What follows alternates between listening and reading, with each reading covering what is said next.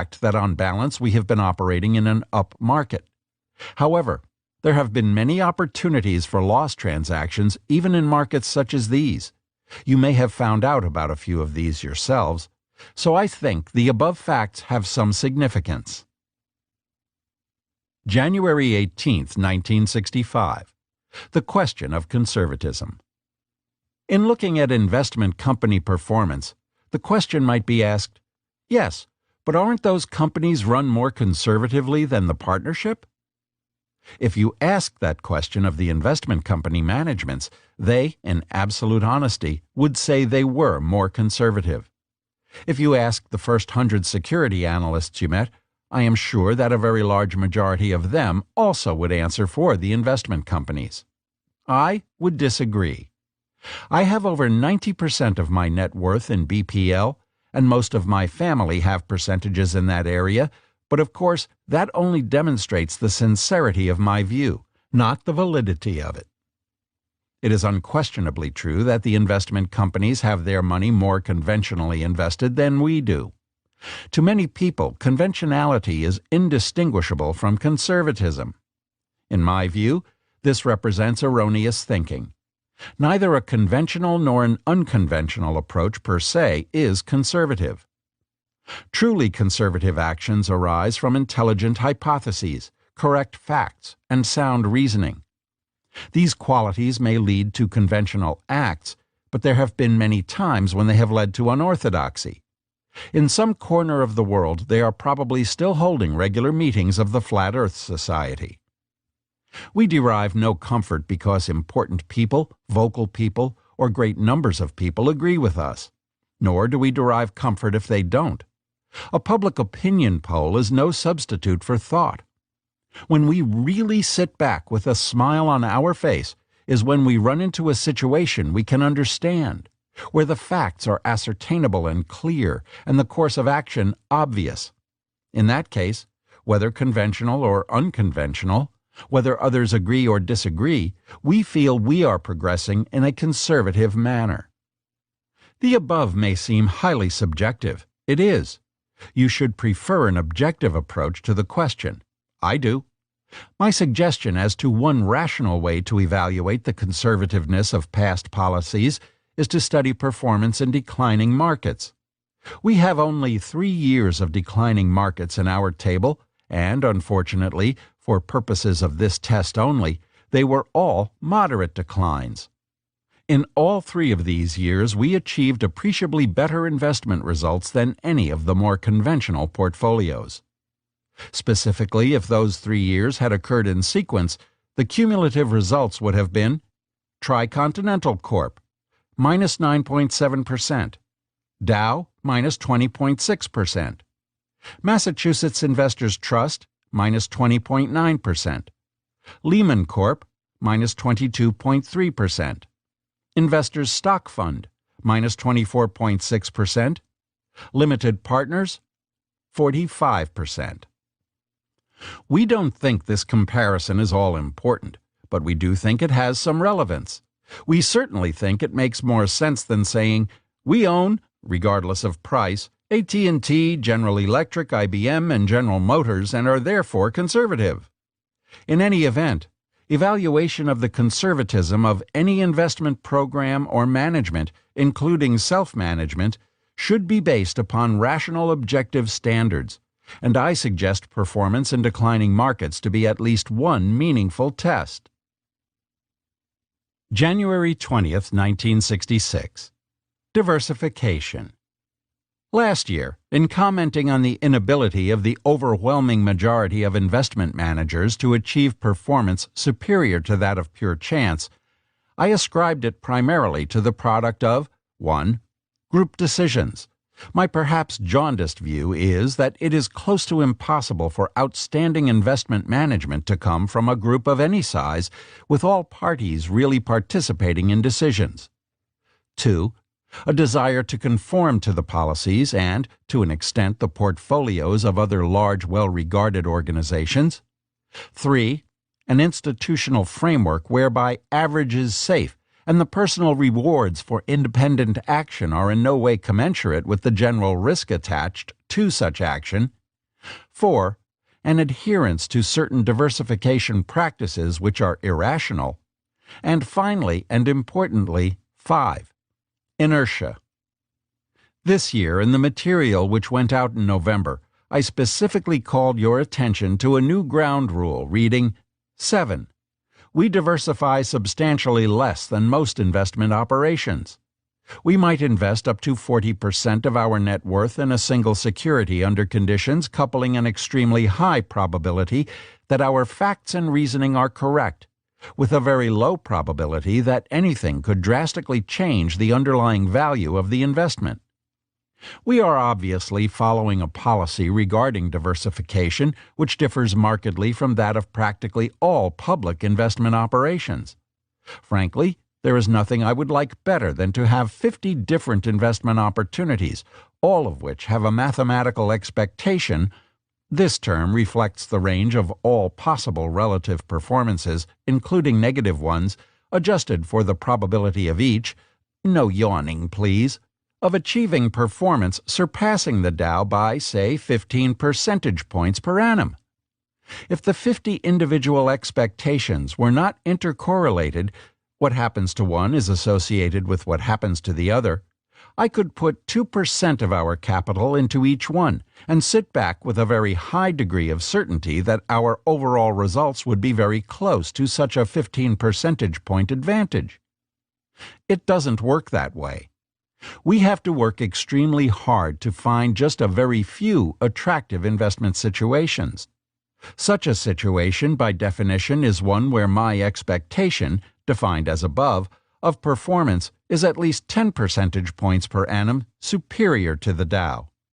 Among the few we do find, the expectations vary substantially. The question always is, how much do I put in number 1, ranked by expectation of relative performance, and how much do I put in number 8? This depends to a great degree on the wideness of the spread between the mathematical expectation of number 1 versus number 8. It also depends upon the probability that number 1 could turn in a really poor relative performance. 2 securities could have equal mathematical expectations, but one might have 0.05 chance of performing 15 percentage points or more worse than the Dow, and the second might have only 0.01 chance of such performance. The wider range of expectation in the first case reduces the desirability of heavy concentration in it. The above may make the whole operation sound very precise. It isn't. Nevertheless, our business is that of ascertaining facts and then applying experience and reason to such facts to reach expectations. Imprecise and emotionally influenced as our attempts may be, that is what the business is all about. The results of many years of decision-making in securities will demonstrate how well you are doing on making such calculations, whether you consciously realize you are making the calculations or not. I believe the investor operates at a distinct advantage when he is aware of what path his thought process is following. There is one thing of which I can assure you. If good performance of the fund is even a minor objective, any portfolio encompassing 100 stocks, whether the manager is handling $1,000 or $1 billion, is not being operated logically. The addition of the 100th stock simply can't reduce the potential variance in portfolio performance sufficiently to compensate for the negative effect its inclusion has on the overall portfolio expectation. Anyone owning such numbers of securities after presumably studying their investment merit, and I don't care how prestigious their labels, is following what I call the Noah School of investing, 2 of everything. Such investors should be piloting arcs. While Noah may have been acting in accord with certain time-tested biological principles, the investors have left the track regarding mathematical principles. I only made it through plane geometry, but with one exception, I have carefully screened out the mathematicians from our partnership. Of course, the fact that someone else is behaving illogically in owning 100 securities doesn't prove our case. While they may be wrong in over-diversifying, we have to affirmatively reason through a proper diversification policy in terms of our objectives. The optimum portfolio depends on the various expectations of choices available and the degree of variance in performance which is tolerable. The greater the number of selections, the less will be the average year-to-year variation in actual versus expected results. Also, the lower will be the expected results, assuming different choices have different expectations of performance. I am willing to give up quite a bit in terms of leveling of year-to-year results. Remember, when I talk of results, I am talking of performance relative to the Dow, in order to achieve better overall long-term performance. Simply stated, this means I am willing to concentrate quite heavily in what I believe to be the best investment opportunities, recognizing very well that this may cause an occasional very sour year, one somewhat more sour probably than if I had diversified more. While this means our results will bounce around more, I think it also means that our long-term margin of superiority should be greater. You have already seen some examples of this. Our margin versus the Dow has ranged from 2.4 percentage points in 1958 to 33 points in 1965. If you check this against the deviations of the other investment funds, you will find our variations have a much wider amplitude. I could have operated in such a manner as to reduce our amplitude, but I would also have reduced our overall performance somewhat, although it still would have substantially exceeded that of the investment companies. Looking back and continuing to think this problem through, I feel that if anything I should have concentrated slightly more than I have in the past. Hence, the new ground rule and this long-winded explanation. Again, let me state that this is somewhat unconventional reasoning. This doesn't make it right or wrong. It does mean you have to do your own thinking on it. And you may well have a different opinion. If you do, the partnership is not the place for you. We are obviously only going to go to 40% in very rare situations. This rarity, of course, is what makes it necessary that we concentrate so heavily when we see such an opportunity. We probably have had only 5 or 6 situations in the 9-year history of the partnership where we have exceeded 25%. Any such situations are going to have to promise very significantly superior performance relative to the Dow compared to other opportunities available at the time. They are also going to have to possess such superior qualitative and/or quantitative factors that the chance of serious permanent loss is minimal. Anything can happen on a short-term quotational basis, which partially explains the greater risk of widened year-to-year variation in results. In selecting the limit to which I will go in any one investment, I attempt to reduce to a tiny figure the probability that the single investment, or group if there is intercorrelation, can produce a result for our total portfolio that would be more than 10 percentage points poorer than the Dow. We presently have 2 situations in the over 25% category, one a controlled company, and the other a large company where we will never take an active part. It is worth pointing out that our performance in 1965 was overwhelmingly the product of 5 investment situations. The 1965 gains, in some cases there were also gains applicable to the same holding in prior years, from these situations ranged from about $800,000 to about $3.5 million. If you should take the overall performance of our 5 smallest general investments in 1965, the results are lackluster. I chose a very charitable adjective. Interestingly enough, the literature of investment management is virtually devoid of material relative to deductive calculation of optimal diversification. All texts counsel adequate diversification, but the ones who quantify adequate virtually never explain how they arrive at their conclusion. Hence, for our summation on over-diversification, we turn to that eminent academician Billy Rose, who says, "You've got a harem of 70 girls? You don't get to know any of them very well." January 25, 1967.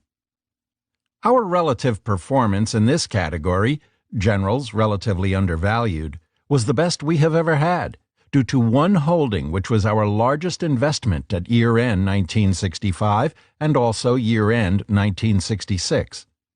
This investment has substantially outperformed the general market for us during each year, 1964, 1965, 1966, that we have held it. While any single year's performance can be quite erratic, we think the probabilities are highly favorable for superior future performance over a 3- or 4-year period. The attractiveness and relative certainty of this particular security are what caused me to introduce Ground Rule 7 in November 1965 to allow individual holdings of up to 40% of our net assets. We spend considerable effort continuously evaluating every facet of the company and constantly testing our hypothesis that this security is superior to alternative investment choices.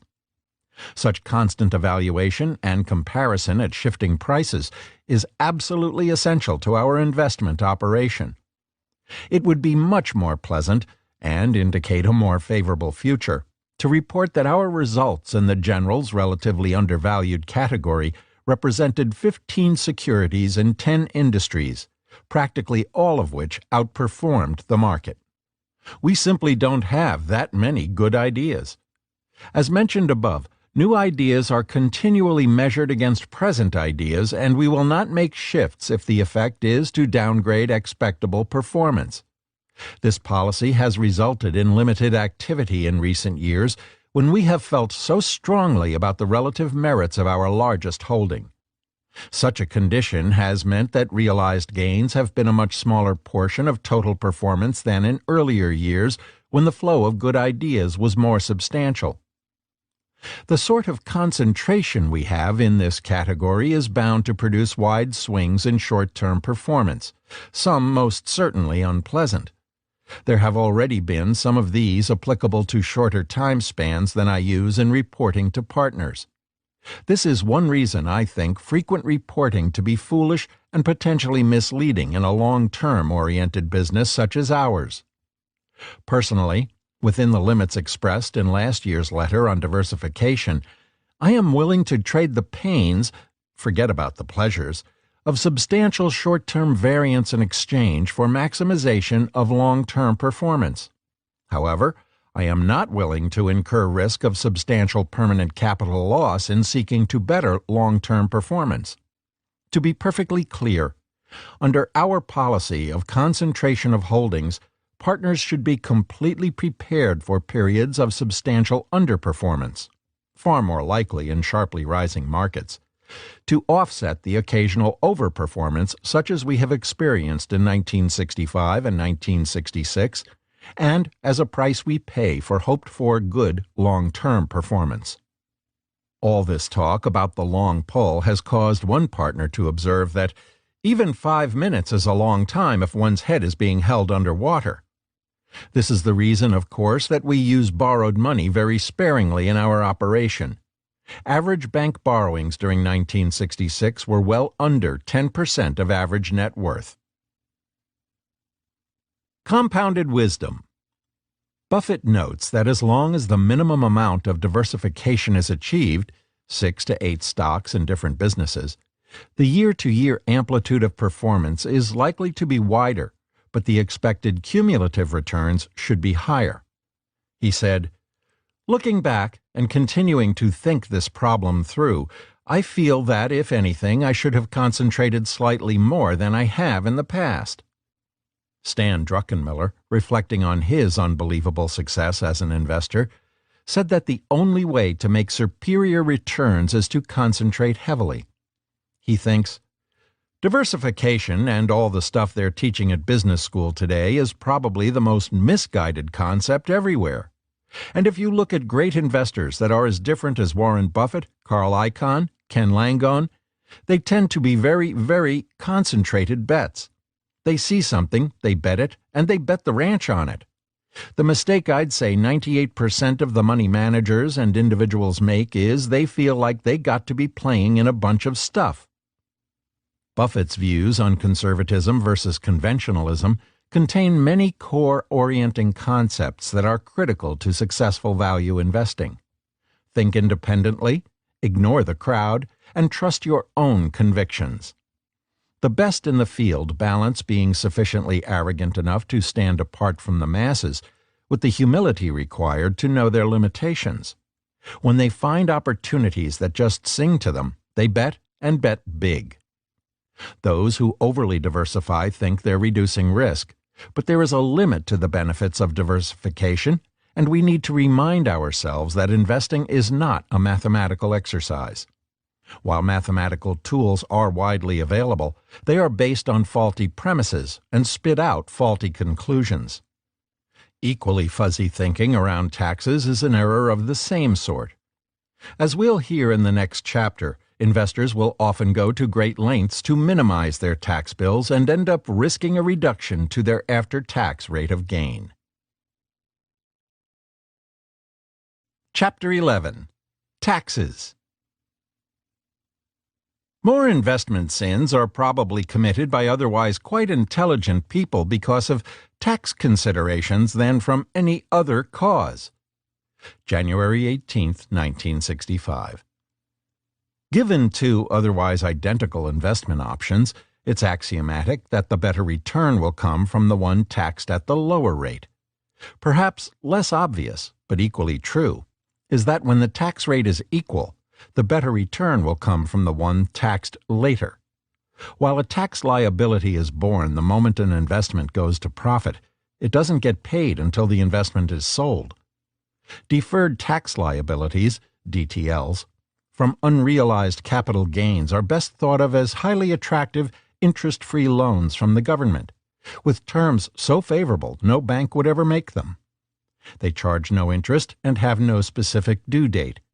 DTLs provide a form of debt that allows you to control more assets than you otherwise would. This is how the deferment creates value. Consider two stocks, each compounding annually at 15% for 30 years.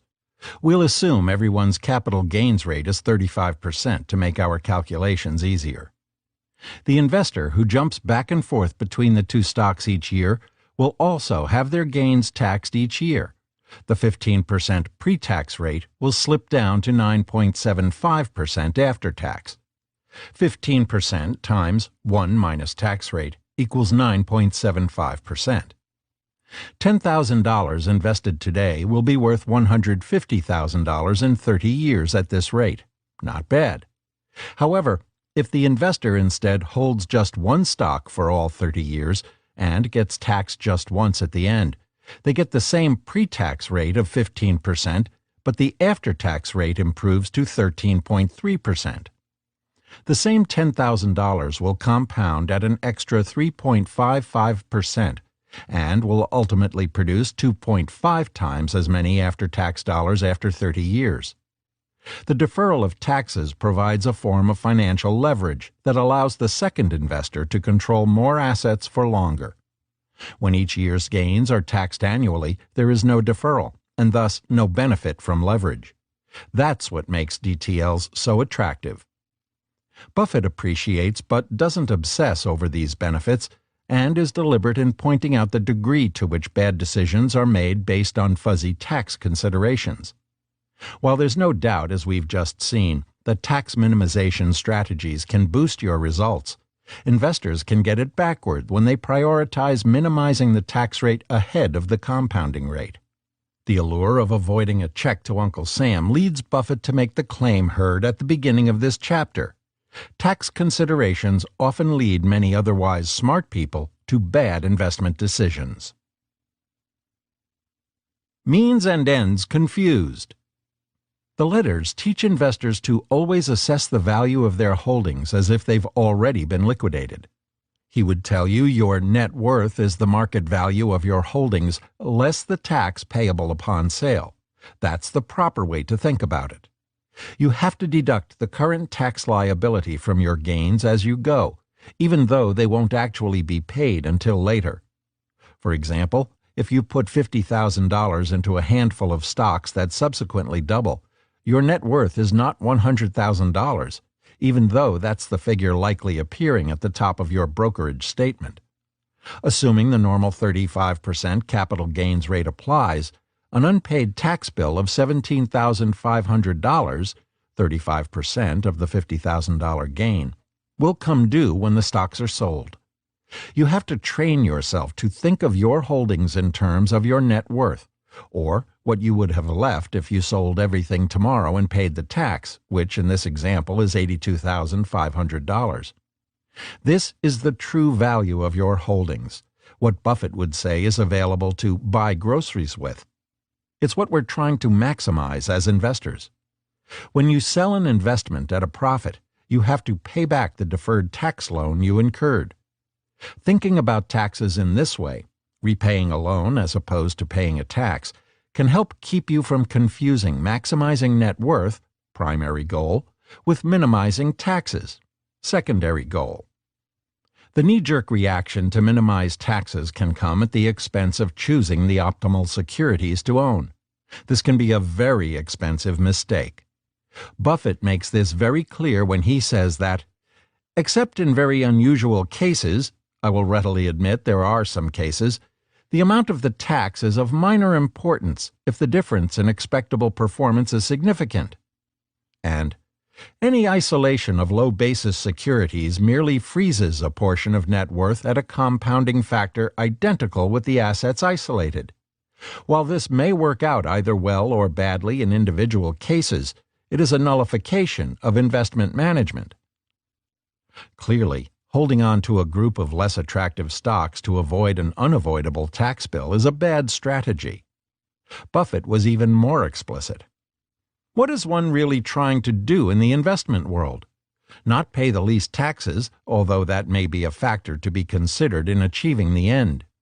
Means and end should not be confused, however, and the end is to come away with the largest after-tax rate of compounding. It is extremely improbable that 20 stocks selected from, say, 3,000 choices are going to prove to be the optimum portfolio both now and a year from now at the entirely different prices, both for the selections and the alternatives, prevailing at that later date. If our objective is to produce the maximum after-tax compound rate, we simply have to own the most attractive securities obtainable at current prices, and, with 3,000 rather rapidly shifting variables, this must mean change, hopefully tax-generating change. While the presence of a DTL is going to increase your after-tax rate of compounding, all else being equal, in reality, all else is not usually equal. When the pre-tax returns are consistently high and the time period is long, DTLs will be additive. But if you have the chance to improve your pre-tax returns by optimizing your portfolio to hold the best stocks you can find, it's usually going to be wise to do so. Let's return to our previous example of the buy and hold investor versus the annual trader. When returns in the two strategies were identical at 15%, the buy and hold investor did 2.5 times better than the one who traded yearly. Let's assume that the buy and hold investor who thought his stock was going to produce 15% annually ends up producing 10% instead. If he sticks with it despite the lower than expected returns, this works out to an 8.4% CAGR after tax. Now, let's assume investor number 2, the annual trader, can maintain a 15% CAGR, but still has to trade from one stock to the next each year, which, you'll recall, produces a 9.75% after tax. You can see from this that 15% taxed annually is still meaningfully better than 10% taxed only once. After 30 years, it amounts to investments worth 40% more. As the time period and/or the annual rates of compounding shrink, so will the advantages from the DTL. The bottom line is that if you can improve your portfolio, you should, even if it involves paying taxes. What about forever? Since the 1970s, Buffett has been saying that his favorite holding period is forever. While this might raise an eyebrow in light of our tax discussions, it does in fact remain consistent with earlier commentary to partners. For the majority of the BPL years, optimal rates of compounding required him to jump from cigar butt to cigar butt, from one free puff to the next. In the early years of BPL, forever was not an option. After the free puff, Buffett was forced to move on. If he didn't, his returns would undoubtedly have suffered. These were not good businesses. They were mean reversion trades. Those who remain tilted more toward the Graham school of finding and investing in cheap stocks are likely to have a higher turnover than those who choose to go with the high-quality compounders. Part of the allure of making the leap to investing in great businesses, BPL's large holding of American Express or the major security holdings of Berkshire today, is that they can compound at high rates for long periods of time and benefit from the leverage of deferred tax. But it's the fact that the businesses have continued to build up their values at relatively high rates, not the deferral of the taxes, that has made them great performers. Berkshire differs from BPL in two additional ways that affect its holding period and therefore the utilization of deferred tax leverage. Typically, Berkshire has excess cash, sometimes in substantial amounts, while BPL was nearly always fully invested. It doesn't make sense for Berkshire to sell one attractive investment in order to buy another when their excess cash allows them to own both. Second, given Berkshire's size, Buffett's universe of choices is limited by the number of really big companies trading at fair prices. BPL had the latitude to reach down into tiny companies to find high rates of expected compounding that simply are not usually available to larger companies. With more options usually comes more tax-generating activity. Tax avoidance schemes. Ultimately, the taxman cometh. Buffett teaches us that there are only three ways to avoid ultimately paying the tax. 1. Die with the asset, and that's a little too ultimate for me. Even the zealots would have to view this cure with mixed emotions. 2. Give the asset away. You certainly don't pay any taxes this way, but of course you don't pay for any groceries, rent, etc. either. And 3. Lose back the gain. If your mouth waters at this tax saver, I have to admire you. You certainly have the courage of your convictions. He provides us with a great rationale to embrace the payment of taxes as the logical result of our investment success. Many investors, however, still view paying taxes as a confiscation of wealth as opposed to a repayment of a loan. Wall Street has capitalized on the latter mindset and produced a steady supply of innovation in tax avoidance products in exchange for generous fees. Whatever investors want, you can be sure Wall Street will be there to meet the need. In 2004, at Berkshire's annual meeting, both Buffett and Munger commented with disgust on the tax avoidance schemes that the most prominent auditing firms were pitching. According to Munger, part of the pitch was that only the top 20 clients were being offered the product, so the regulators wouldn't notice. This innovative instinct was just as alive and well in 1960s when swap funds were introduced. Buffett colorfully described them in his letters, saying that the dominant sales argument has been the deferment. Deferment, when pronounced by an enthusiastic salesman, sometimes comes very close phonetically to elimination of capital gains taxes while trading a single security for a diversified portfolio. He then went on to show the less than stellar performance of these funds, while calling out their high fees. Buffett's comments on taxes keep us grounded and singularly focused on maintaining the highest return portfolio possible given the choices available. Don't sweat the taxes has been Buffett's mantra for years. For the first couple of decades of his investing career, Buffett was producing outstanding results while paying lots of taxes. The more he had to pay, the better he'd done. In investing, look to pay the highest amount of tax you can at the lowest rate possible. If you can do that, it means you're doing splendidly. Lessons from the Partnership Letters. Taxes. July 10, 1963. There is some possibility that we may have fairly substantial realized gains this year. Of course, this may not materialize at all, and actually does not have anything to do with our investment performance this year. I am an outspoken advocate of paying large amounts of income taxes at low rates. A tremendous number of fuzzy, confused investment decisions are rationalized through so-called tax considerations. My net worth is the market value of holdings less the tax payable upon sale. The liability is just as real as the asset unless the value of the asset declines. Ouch. The asset is given away, no comment, or I die with it. The latter course of action would appear to at least border on a Pyrrhic victory. Investment decisions should be made on the basis of the most probable compounding of after-tax net worth, with minimum risk. Any isolation of low-basis securities merely freezes a portion of net worth at a compounding factor identical with the assets isolated. While this may work out either well or badly in individual cases, it is a nullification of investment management. The group experience holding various low-basis securities will undoubtedly approximate group experience on securities as a whole, namely, compounding at the compounding rate of the Dow. We do not consider this the optimum in after-tax compounding rates.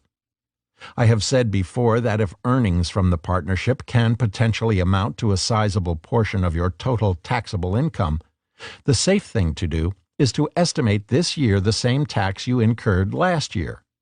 If you do this, you cannot run into penalties. In any event, tax liabilities for those who entered the partnership on 1/1/63 will be minimal because of the terms of our partnership agreement first allocating capital gains to those having an interest in unrealized appreciation. July 8, 1964. Taxes. We entered 1964 with net unrealized gains of $2,991,090, which is all attributable to partners belonging during 1963. Through June 30th, we have realized capital gains of $2,826,248.76, of which 96% are long-term. So it appears very likely that at least all the unrealized appreciation attributable to your interest and reported to you in our letter of January 25, 1964, Item 3, will be realized this year. I again want to emphasize that this has nothing to do with how we are doing. It is possible that I could have made the above statement and the market value of your BPL interest could have shrunk substantially since January 1st, so the fact that we have large realized gains is no cause for exultation. Similarly, when our realized gains are very small, there is not necessarily any reason to be discouraged.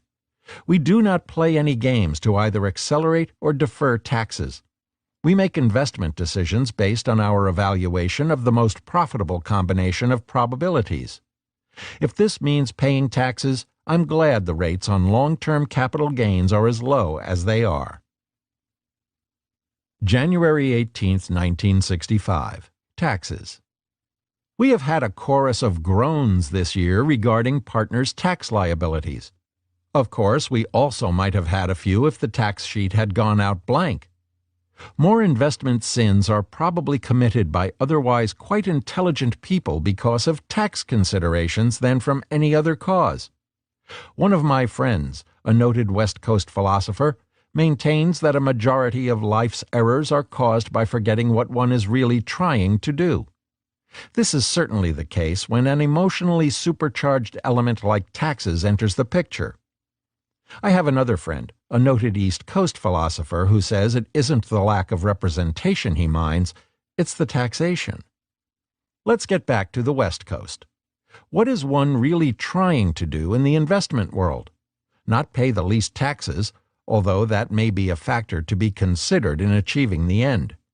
Means and end should not be confused, however, and the end is to come away with the largest after-tax rate of compound.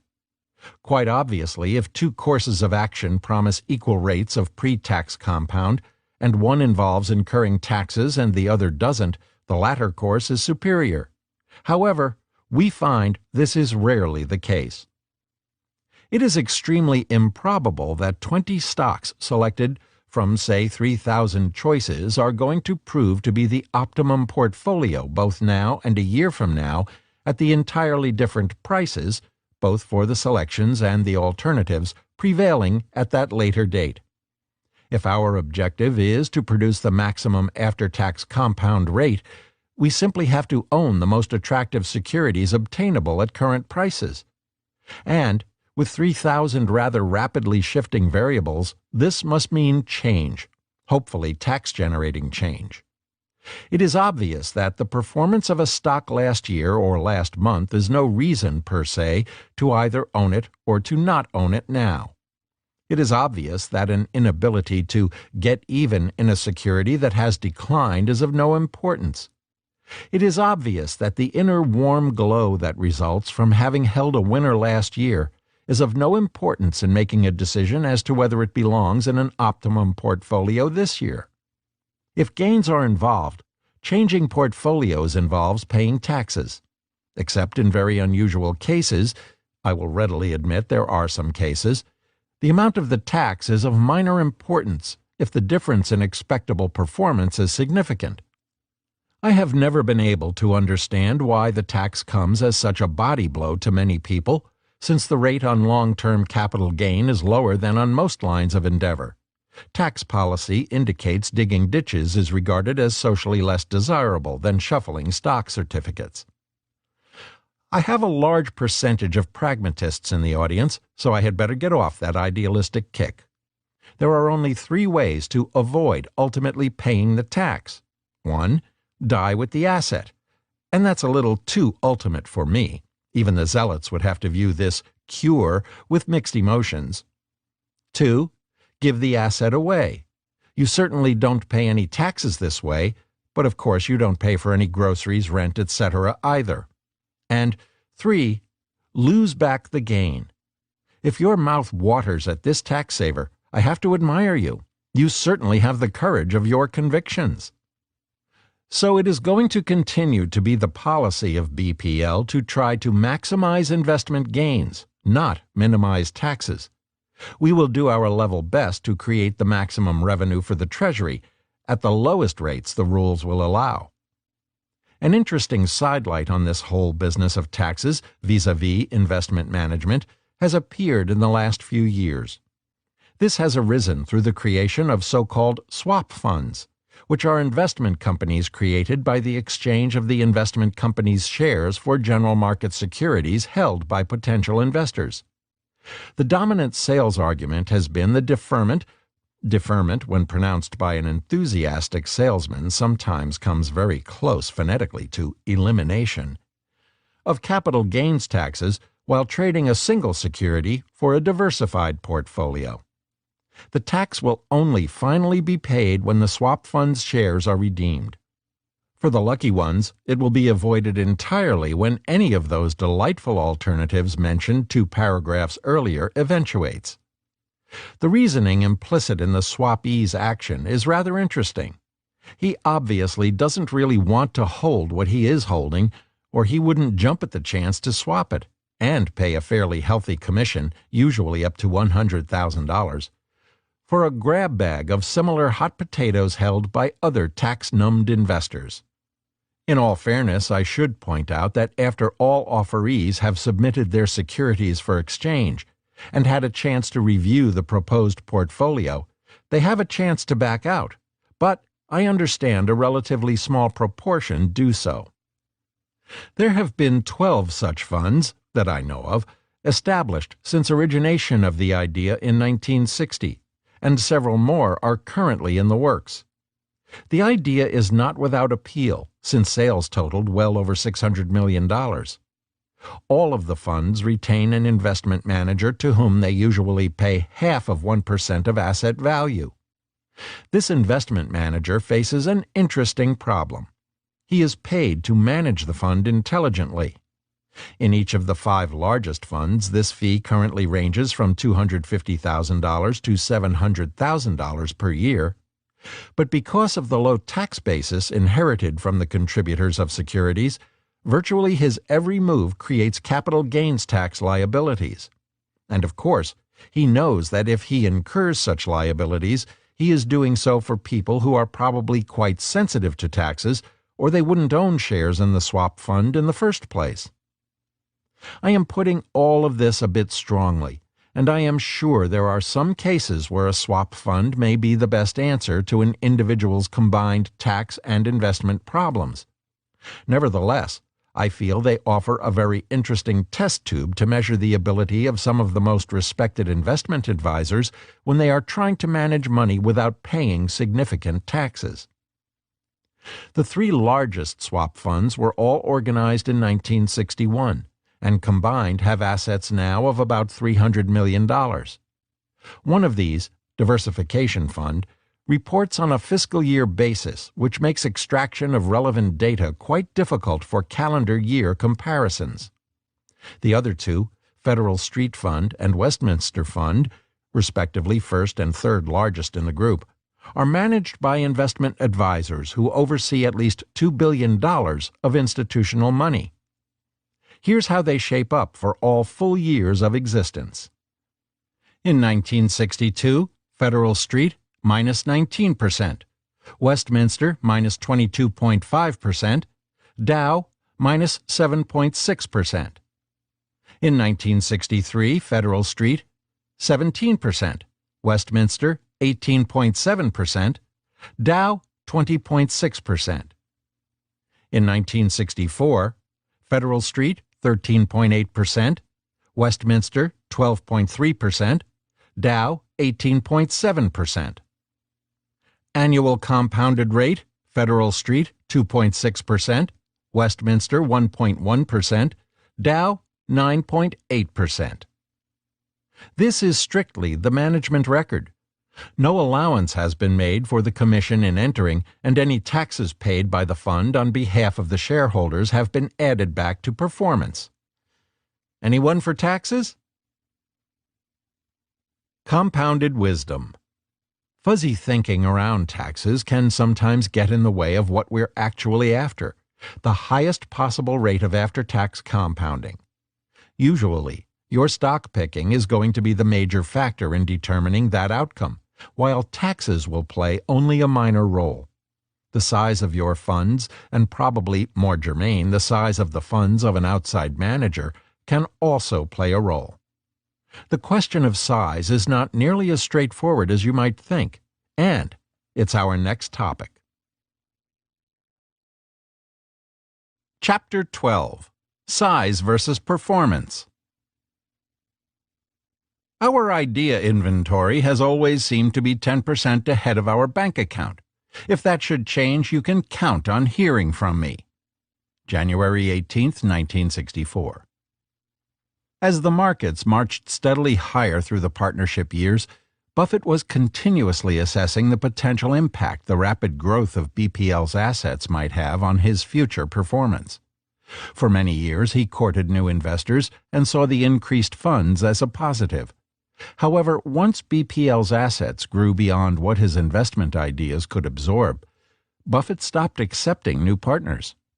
Tracking the progression of his commentary on the issue reveals just how closely intertwined size and the market cycle really are when it comes to expected performance. The interesting question is, at what point does the incremental addition of capital flip from a positive to a negative? In general, that point will always be the moment capital outgrows ideas. In practice, the answer depends largely on where you are in the market cycle. It's not a static number, it's market dependent. In bear markets, even the largest fund managers can put huge amounts of capital to work easily. At speculative peaks, usually only the smallest will be able to find really high return ideas. If BPL's funds had remained below a few $1 million, Buffett would probably have remained fully invested even as the market headed toward its speculative peak. This mindset may well have prompted Buffett's comment during the tech bubble's peak when he said, "If I was running $1 million, or $10 million for that matter, I'd be fully invested. The highest rates of return I've ever achieved were in the 1950s. I killed the Dow. You ought to see the numbers. But I was investing peanuts back then. It's a huge structural advantage not to have a lot of money. I think I could make you 50% a year on $1 million.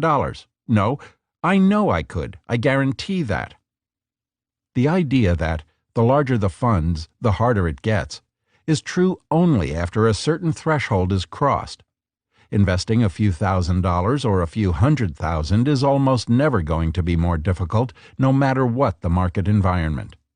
But when you're as big as Berkshire, to use an example at the opposite extreme, size is almost always going to be a big drag on performance, no matter what part of the market cycle we're in.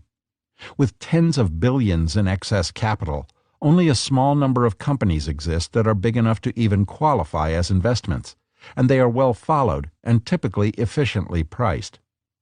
The topic first comes up in 1962 with an essay titled "The Question of Size," which he starts in his characteristically humorous way. Aside from the question as to what happens upon my death, which, with a metaphysical twist, is a subject of keen interest to me, I am probably asked most often, what effect is the rapid growth of partnership funds going to have upon performance? Partnership assets that had begun at $100,000 had grown to just over $7 million when he wrote it, $59.5 million in 2015 dollars. At this point, Buffett still felt that bigger would be better. The key was not the absolute level of his capital or the general ferment of the market, but the intersection of the two. His ideas remained more plentiful than his capital, and so more was better. Yet, even then, some drawbacks existed. When dealing in smaller, more obscure securities that often had limited liquidity, having even a little more capital to invest made it harder to buy these stocks in sufficient quantity at suitable prices. As a result, General's private owner were negatively impacted early as the partnership grew in size, especially because the number of good investment ideas was shrinking at the same time. This is yet another reminder that investing with modest amounts has its advantages. You can go places most others can't. On the other hand, increased assets could also be an advantage. It offers the potential to participate in controls. It was Buffett's definite belief that opportunities in controls increased with the size of his funds as competition was lessened, because a certain financial wherewithal was needed to play the game. For those who scoff at the idea of doing these themselves, remember that Buffett was investing in controls when BPL capital was the equivalent of a couple of million in today's dollars. Which is more important, the decreasing prospects of profitability in passive investments or the increasing prospects in control investments? I can't give a definite answer to this since, to a great extent, it depends on the type of market in which we are operating. My present opinion is that there is no reason to think these should not be offsetting factors. If my opinion should change, you will be told. I can say, most assuredly, that our results in 1960 and 1961 would not have been better if we had been operating with the much smaller sums of 1956 and 1957. In 1966, with the bull market in full swing and the size of BPL growing exponentially as the result of more partners and fantastic performance, Buffett was working with $43 million in capital, and his mind did change. That was the point where he finally announced that he could no longer accept any new partners, in a section of his letter titled "The Sorrows of Compounding." Size had become a factor. As he explained, "As circumstances presently appear, I feel substantially greater size is more likely to harm future results than to help them. This might not be true for my own personal results, but it is likely to be true for your results." This last sentence tells us a lot about Buffett as both an investor and a human being. You'll recall that it's often not in a manager's best interest to close a fund to capital additions, even when it's in the investor's best interest. For Buffett, even if he believed that more assets would have a dampening effect on performance, with an overage of 25% on all profits above the first 6% gain, the more money he managed, the more fees he stood to earn. Here we see yet another example of how remarkably well aligned with partners he remained. As the market continued to stay hot and funds grew even larger, Buffett took the next step of incremental caution by lowering BPL's official expected rate of return in October 1967. Still, now with roughly $65 million in capital, he made it clear that size was not the primary problem. It was the market. He thought that even if he were operating with 1/10 the capital, his performance would only be expected to be a little better. The market environment was clearly the larger factor. For individual investors working with average sums, however, being small is a big advantage in almost any market. It gives you a chance to hunt in areas that are off limits to professional investors because the companies are too small for the institutional investors. When asked in 2005 if he still stood behind his comment 6 years earlier that he could make 50% a year on small sums, Buffett said, "Yes, I would still say the same thing today. In fact, we are still earning those types of returns on some of our smaller investments. The best decade was the 1950s. I was earning 50% plus returns with small amounts of capital. I could do the same thing today with smaller amounts. It would perhaps even be easier to make that much money in today's environment because information is easier to access. You have to turn over a lot of rocks to find those little anomalies. You have to find the companies that are off the map, way off the map. You may find local companies that have nothing wrong with them at all. A company that I found, Western Insurance Securities, was trading for $3 per share when it was earning $20 per share.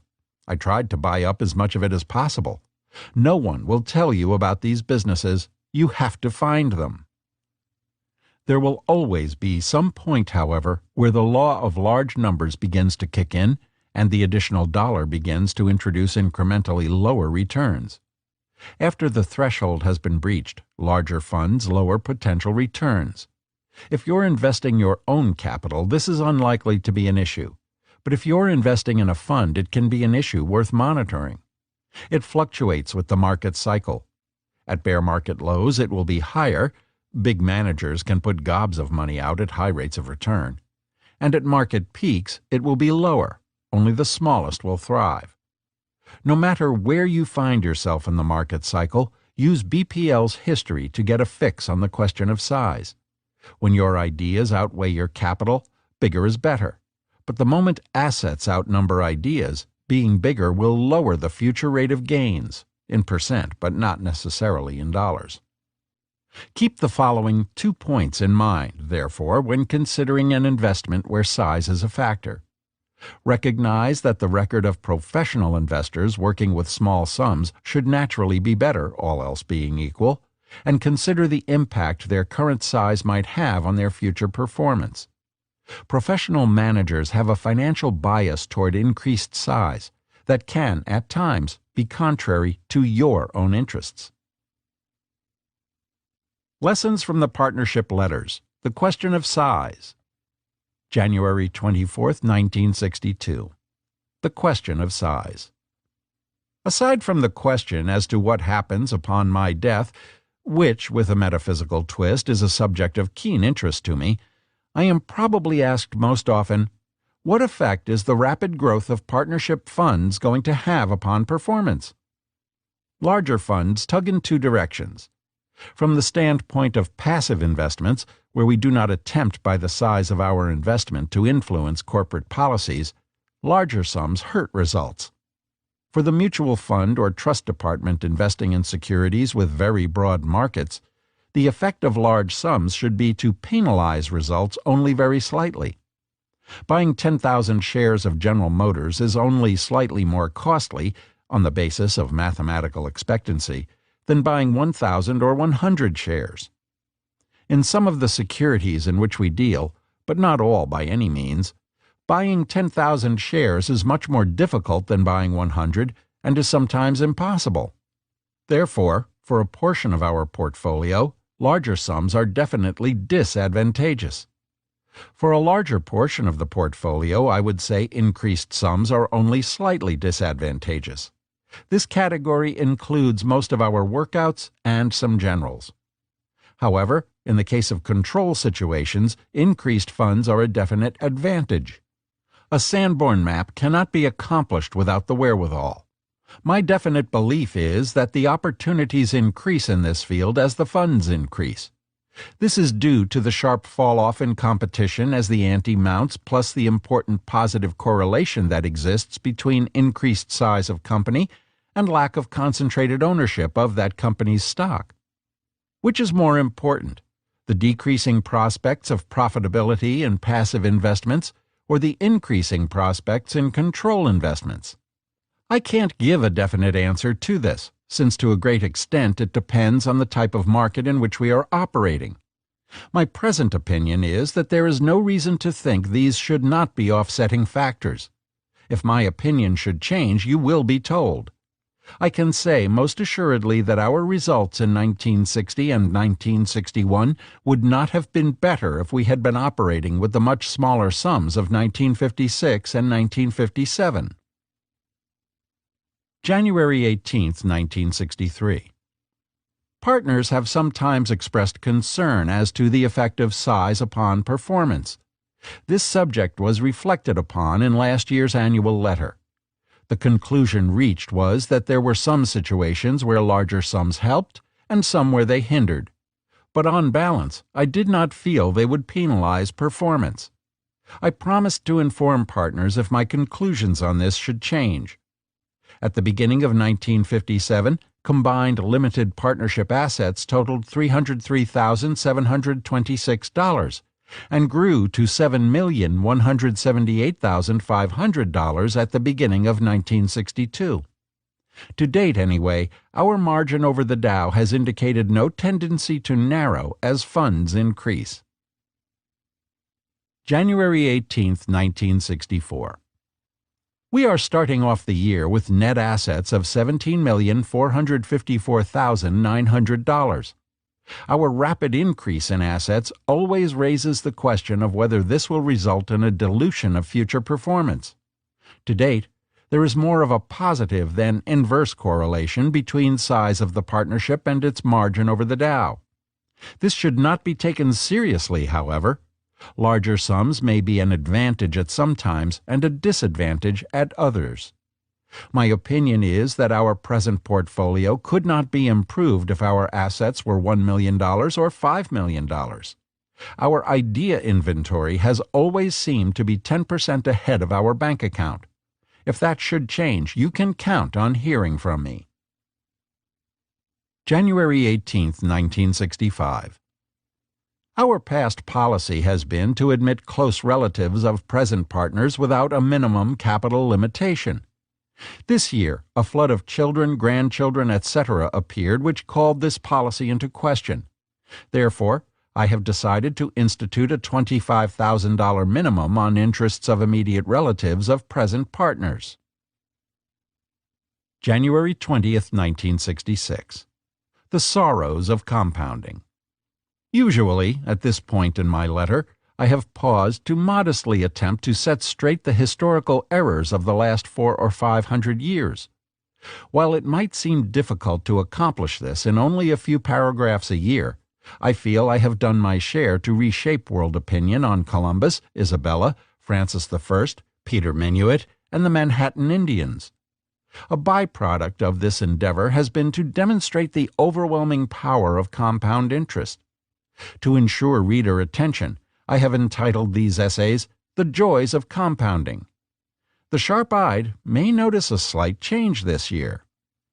A decent rate, better we have an indecent rate, of compound, plus the addition of substantial new money, has brought our beginning capital this year to $43,645,000.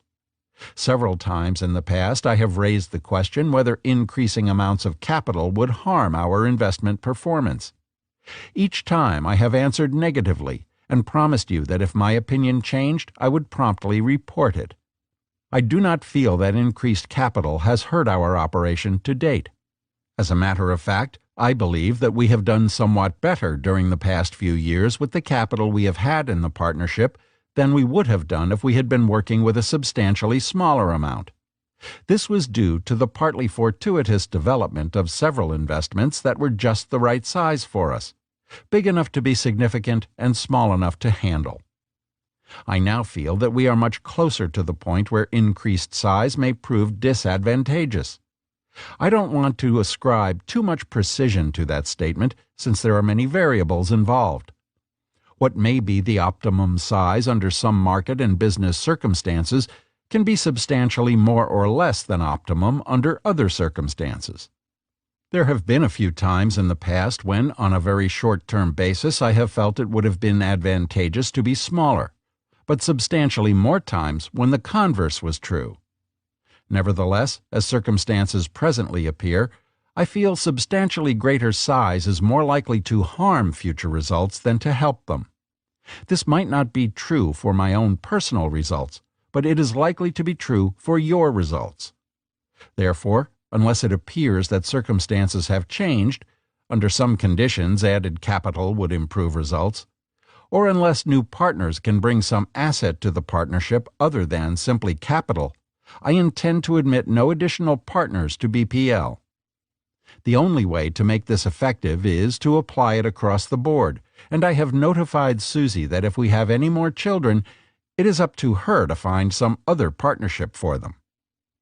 Because I anticipate that withdrawals, for taxes among other reasons, may well approach additions by present partners, and also because I visualize the curve of expectable performance sloping only very mildly as capital increases, I presently see no reason why we should restrict capital additions by existing partners.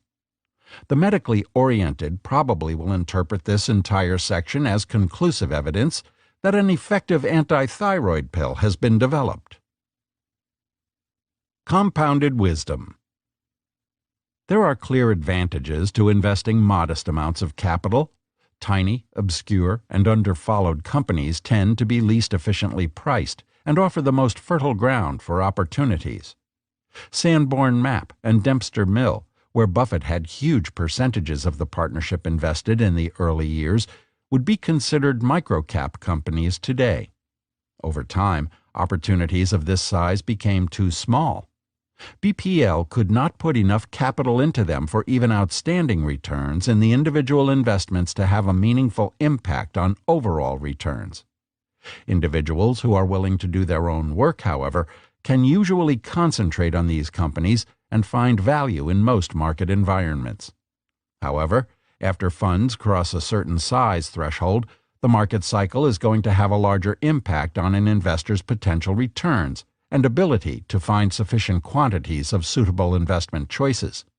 Buffett stresses that it was the market environment at the time, much more than the size of the funds he was working with, that made it so hard for him to find ideas. The idea that the market will cycle between optimism and pessimism, as will the availability of good investment opportunities, is the focus of the next chapter. While Mr. Market gyrates between greed and fear, Buffett remains steadfast to his investing principles no matter what the environment, and only invests when he deems it logical to do so. As we'll see, markets cycle around investing principles, never the other way around. Chapter 13. Go-Go or No-Go? I would rather sustain the penalties resulting from over-conservatism than face the consequences of error, perhaps with permanent capital loss, resulting from the adoption of a new era philosophy where trees really do grow to the sky. February 20th, 1960. Jerry Tsai, a 29-year-old Chinese-American who had been working at Fidelity for the past 5 years, marked the beginning of a new dawn for U.S. mutual funds in 1957. That year, his Fidelity Capital Fund ushered in a new style of investing that was distinctly different from the conventional conservative style of preceding managers. Tsai, who quickly developed a reputation for cat-like quickness and an ability to call short-term market reversals, broke from the traditional style of fund management by concentrating on the speculative growth companies, Xerox, Polaroid, Litton Industries, ITT, etc.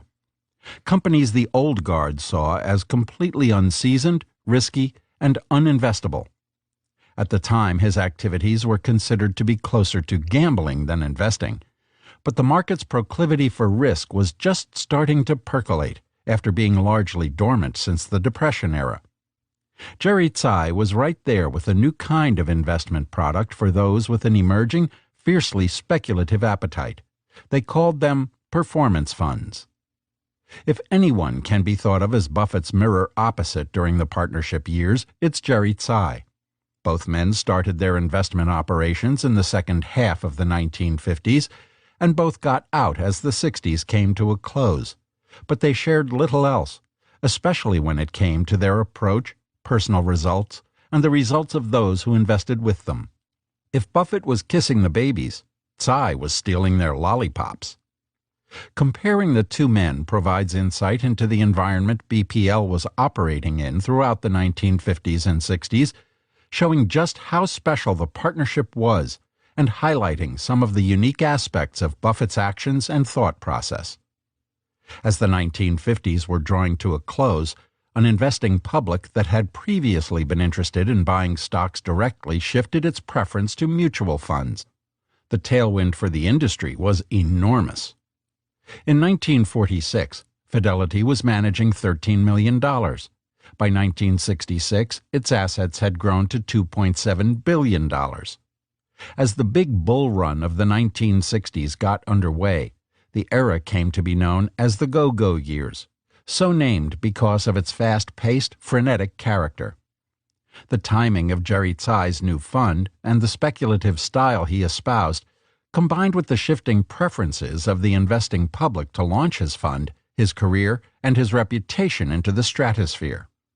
This was the investing backdrop against which the Buffett partnership was attempting to operate conservatively and largely in the style of Ben Graham. At the time, conventional wisdom said that it was Jerry Tsai who was in the vanguard. Buffett was very much the unknown investor. A walk with BPL.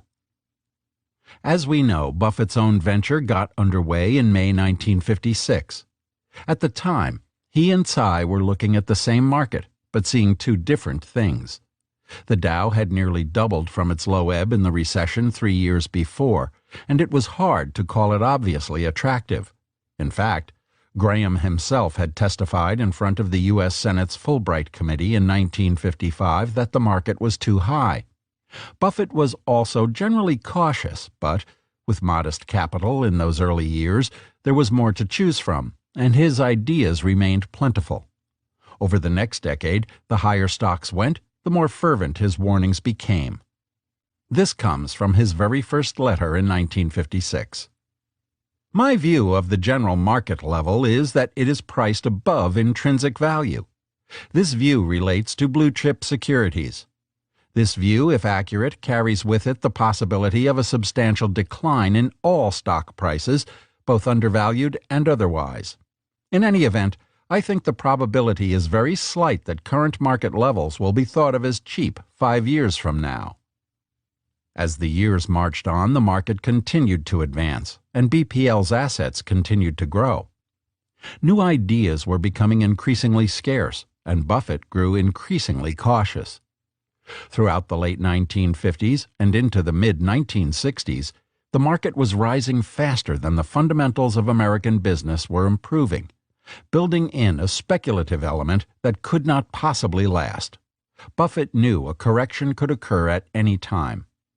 While he never claimed to know when it would come, he really wanted partners to be ready for what he saw as an eventuality. For a decade, Buffett's warnings came solely in the form of cautious rhetoric, but when 1966 brought a fresh market high, he was finally compelled to act. His first step was announcing that he was no longer accepting any new partners. It was getting hard enough putting existing partners' capital to work.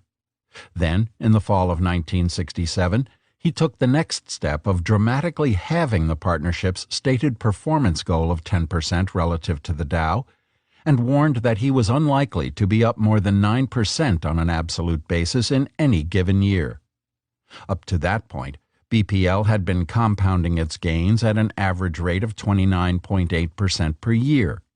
Now Buffett was suggesting there was little chance they would do anything close to that.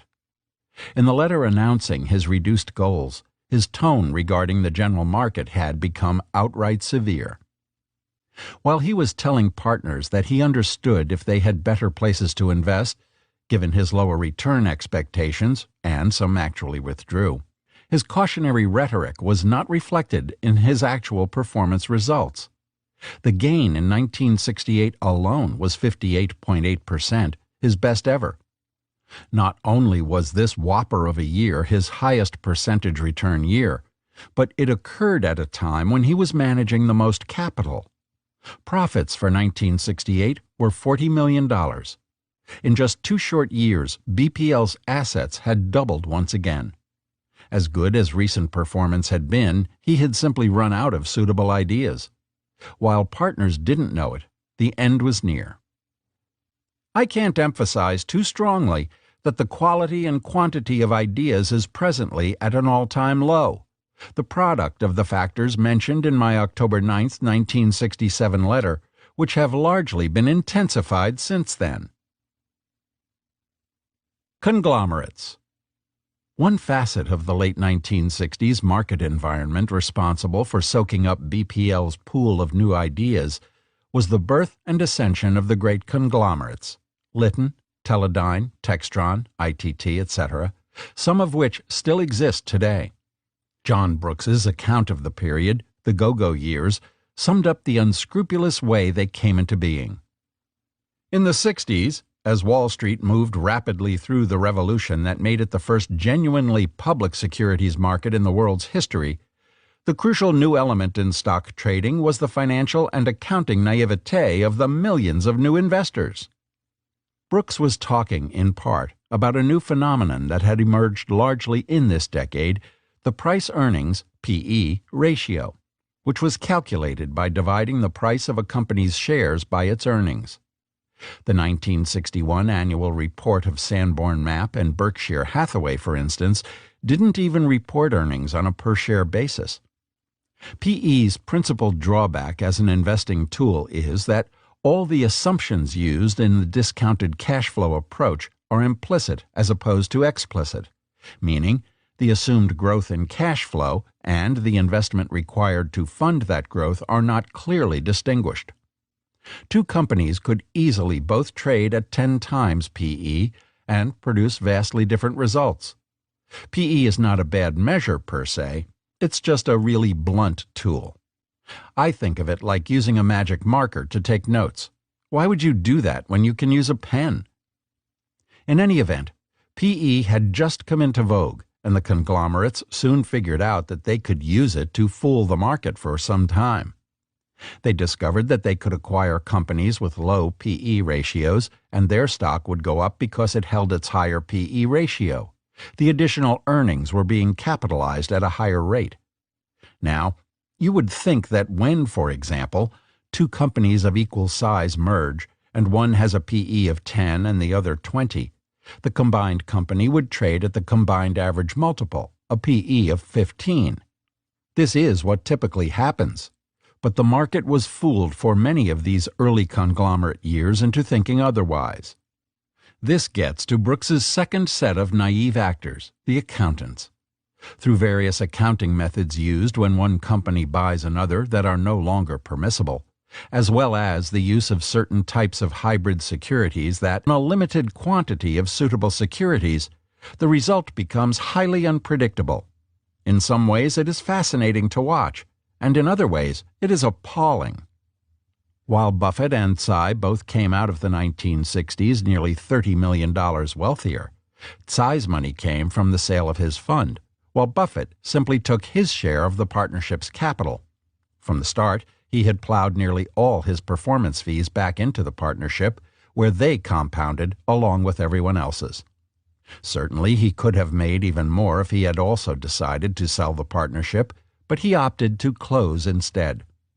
Apparently, he had offers, but he turned them down. In doing so, Buffett characteristically maintained the alignment with partners that he saw as all-important. He made his money with them, not from them.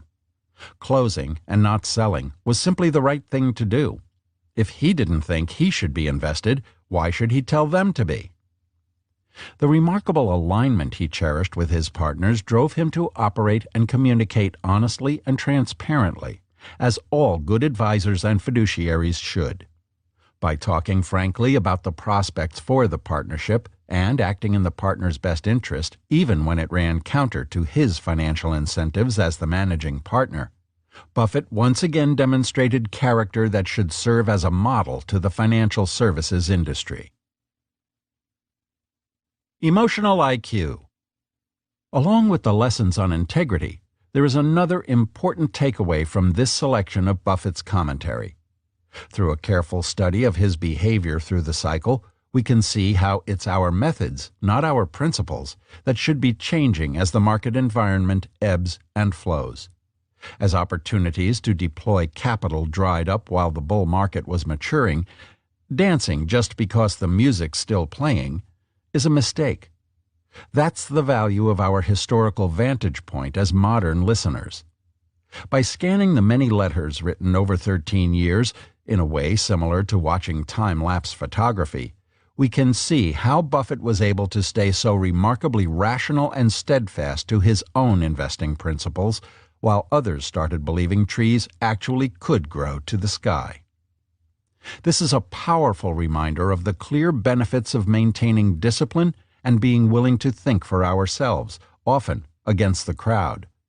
Many find the concepts of Graham, thinking of stocks as businesses and Mr. Market, as logical in theory. However, talking about value investing is very different than actually practicing it. If it were easy, everyone would do it. The letters provide us with a roadmap and an example that can help turn the talk into practice. They give us standards, not what we hope to do or even what we want to do, but what we know we must do, no matter how the investing climate unfolds. When the path is clear, we proceed, and when it's uncertain, we don't invest. No exceptions. Buffett, the greatest value investor of our time, had his basic principles carved in stone well before the partnership started, and the markets have simply cycled around him ever since. For an investment idea to make it past his filter, he has to understand it, and it has to be priced right. Otherwise, he will pass. Buffett made sure his partners were fully aware that his standards had no chance of wavering when it came to his fundamental approach. We will not follow the frequently prevalent approach of investing in securities where an attempt to anticipate market action overrides business valuations. Such so-called fashion investing has frequently produced very substantial and quick profits in recent years, and currently, as I write this, in January. It represents an investment technique whose soundness I can neither affirm nor deny. It does not completely satisfy my intellect, or perhaps my prejudices, and most definitely does not fit my temperament. I will not invest my own money based upon such an approach, hence I will most certainly not do so with your money.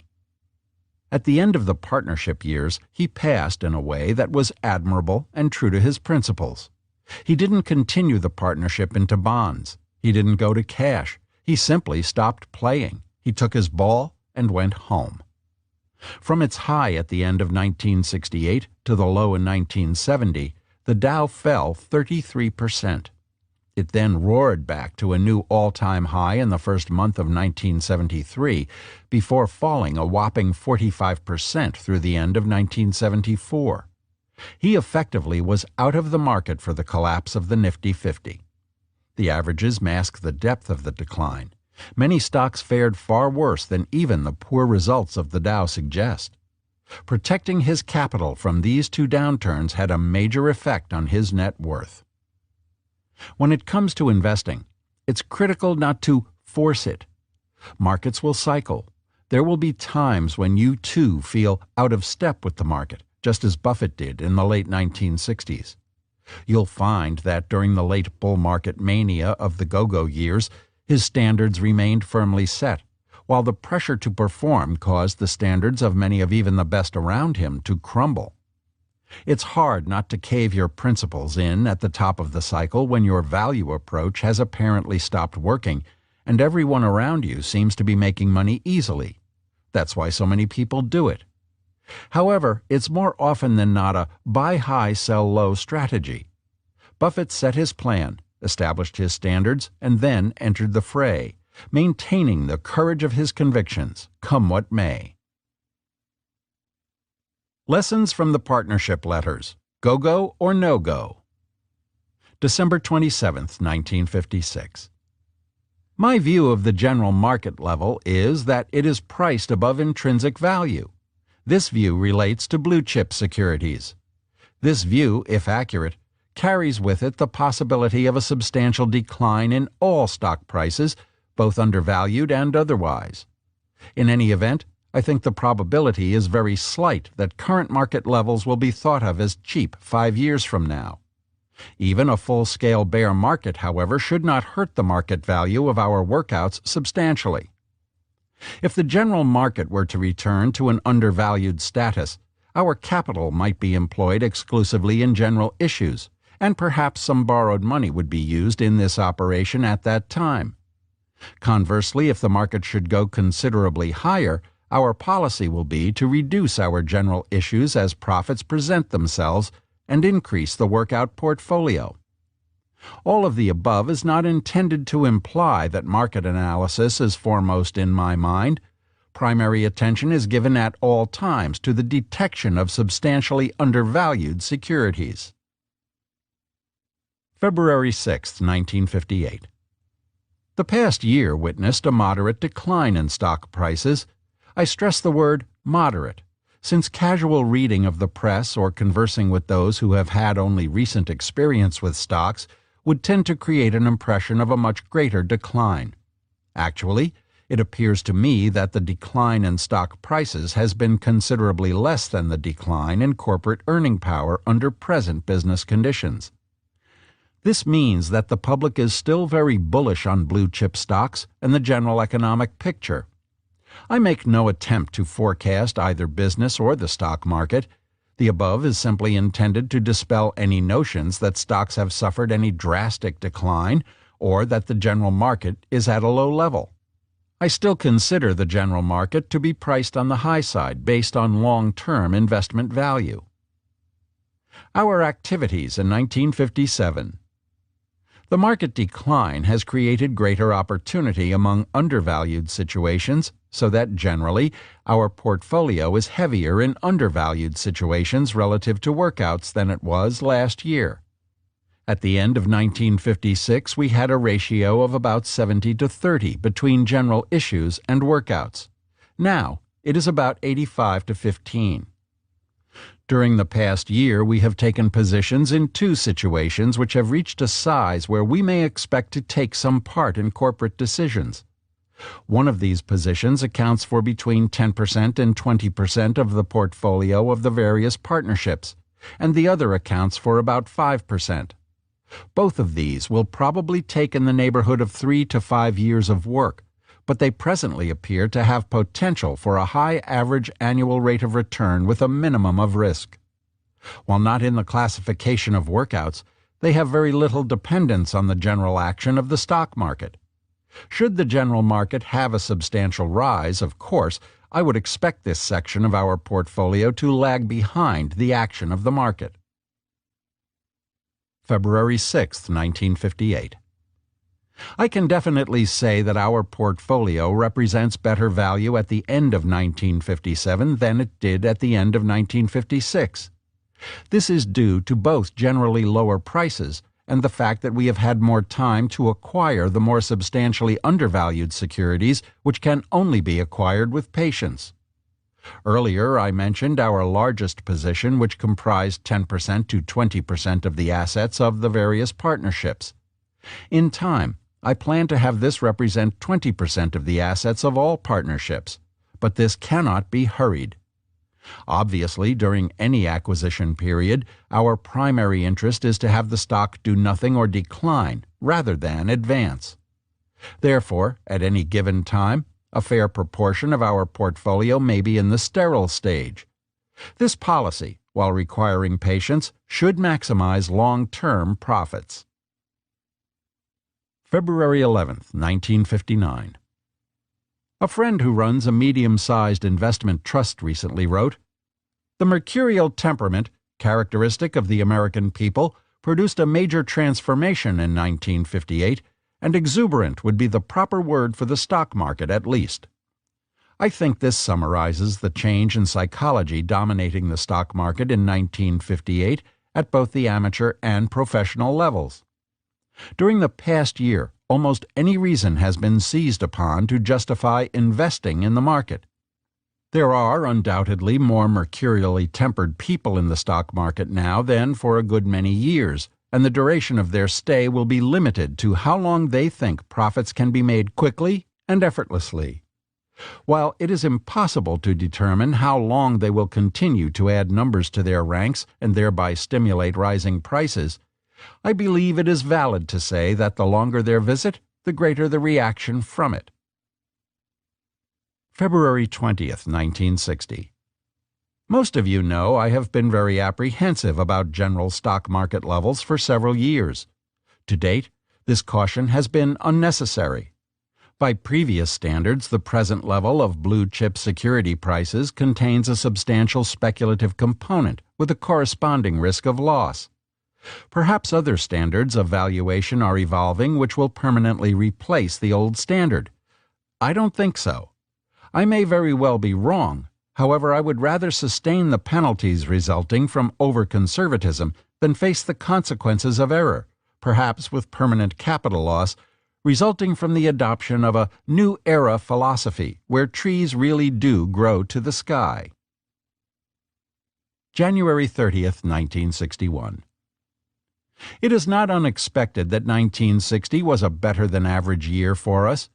As contrasted with an overall loss of 6.3% for the industrial average, we had a 22.8% gain for the 7 partnerships operating throughout the year. July 22, 1961. The point I want everyone to understand is that if we continue in a market which advances at the pace of the first half of 1961, not only do I doubt that we will continue to exceed the results of the DJIA, but it is very likely that our performance will fall behind the average. Our holdings, which I always believed to be on the conservative side compared to general portfolios, tend to grow more conservative as the general market level rises. At all times, I attempt to have a portion of our portfolio in securities at least partially insulated from the behavior of the market, and this portion should increase as the market rises. However appetizing results for even the amateur cook, and perhaps particularly the amateur, we find that more of our portfolio is not on the stove. July 6, 1962. Particularly hard hit in the first half were the so-called growth funds, which, almost without exception, were down considerably more than the Dow. The 3 large growth, the quotation marks are more applicable now, funds with the best record in the preceding few years, Fidelity Capital Fund, Putnam Growth Fund, and Wellington Equity Fund, averaged an overall minus 32.3% for the first half. It is only fair to point out that because of their excellent records in 1959 to 1961, their overall performance to date is still better than average, as it may well be in the future. Ironically, however, this earlier superior performance had caused such a rush of new investors to come to them that the poor performance this year was experienced by very many more holders than enjoyed the excellent performance of earlier years. This experience tends to confirm my hypothesis that investment performance must be judged over a period of time, with such a period including both advancing and declining markets.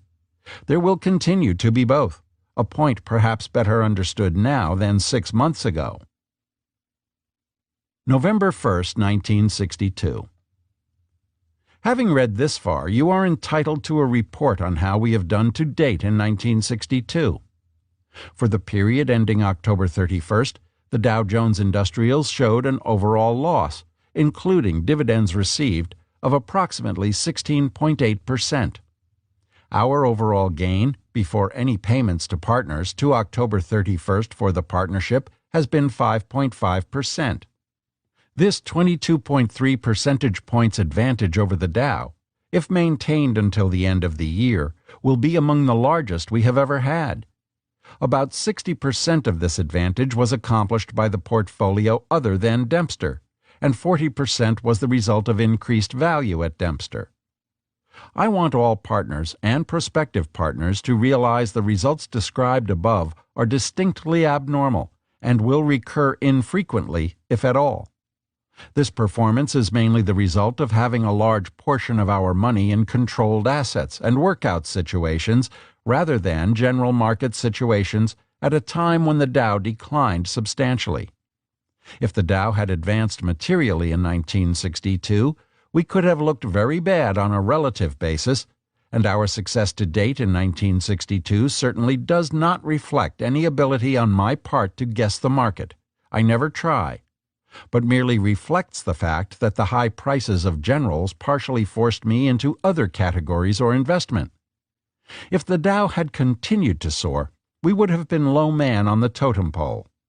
We fully expect to have years when our method of operation will not even match the results of the Dow, although obviously I don't expect this on any long-term basis, or I would throw in the towel and buy the Dow. I'll cut this sermon short with the conclusion that I certainly do not want anyone to think that the pattern of the last few years is likely to be repeated.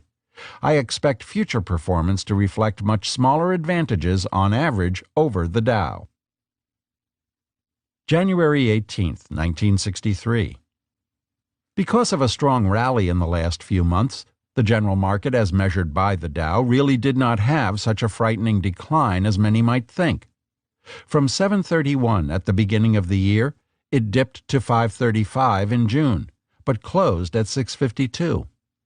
At the end of 1960, the Dow stood at 616, so you can see that while there has been a good deal of action the past few years, the investing public as a whole is not too far from where it was in 1959 or 1960. If one had owned the Dow last year, and I imagine there are a few people playing the high flyers of 1961 who wish they had, they would have had a shrinkage in market value of 79.04 or 10.8%. However, dividends of approximately 23.30 would have been received to bring the overall results from the Dow for the year to minus 7.6%. Our own overall record was plus 13.9%. January 18, 1964. It appears that we have completed 7 fat years. With apologies to Joseph, we shall attempt to ignore the biblical script. I've never gone overboard for Noah's ideas on diversification either. In a more serious vein, I would like to emphasize that, in my judgment, our 17.7 margin over the Dow shown above is unattainable over any long period of time. A 10 percentage point advantage would be a very satisfactory accomplishment, and even a much more modest edge would produce impressive gains, as will be touched upon later.